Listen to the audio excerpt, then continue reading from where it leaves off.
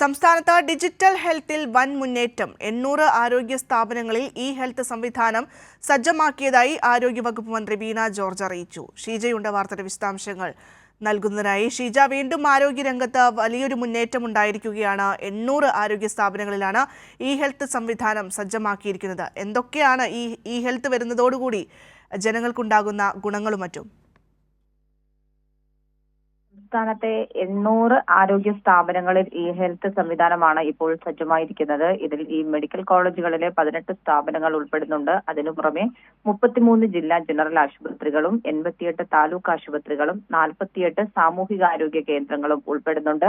512 കുടുംബാരോഗ്യ കേന്ദ്രങ്ങളും 79 നഗര കുടുംബാരോഗ്യ കേന്ദ്രങ്ങളും ഇതിൽ ഉൾപ്പെടുന്നവയാണ് എന്നുള്ളതും എടുത്തു പറയേണ്ടതാണ്. ഏതായാലും ആരോഗ്യ രംഗത്ത് ഡിജിറ്റൽ സാങ്കേതിക വിദ്യ വളരെ ഫലപ്രദമായി നടപ്പാക്കി വരുന്നു എന്നുള്ളത് തന്നെയാണ് ഇത് വ്യക്തമാക്കുന്നത്. ഡിജിറ്റലായി പണമടയ്ക്കാനുള്ള സംവിധാനം, അതോടൊപ്പം തന്നെ ഓൺലൈനായി OP ടിക്കറ്റ്, ഹെൽത്ത് ആപ്പ് എന്നിവയ്ക്കുള്ള സംവിധാനം, സ്കാൻ ഇൻ ബുക്ക് എന്നിവ സംവിധാനങ്ങൾ കൂടി അടുത്തിടെ സജ്ജമാക്കിയിരുന്നു. ഏതായാലും ഇതുവരെയായി 2.62 കോടിയിലധികം ജനങ്ങൾ ഹെൽത്തിലൂടെ രജിസ്ട്രേഷൻ എടുത്തു കഴിഞ്ഞിട്ടുണ്ട് എന്നുള്ളത് കൂടിയാണ് ആരോഗ്യ വകുപ്പ് വ്യക്തമാക്കുന്നത്. താൽക്കാലിക രജിസ്ട്രേഷനിലൂടെ ഏകദേശം 8.8 കോടിയിലധികമാണ് ചികിത്സ തേടിയിട്ടുള്ളത് എന്നുള്ളതും ആരോഗ്യ വകുപ്പിന്റെ കണക്കുകളിൽ നിന്ന് വ്യക്തമാണ്.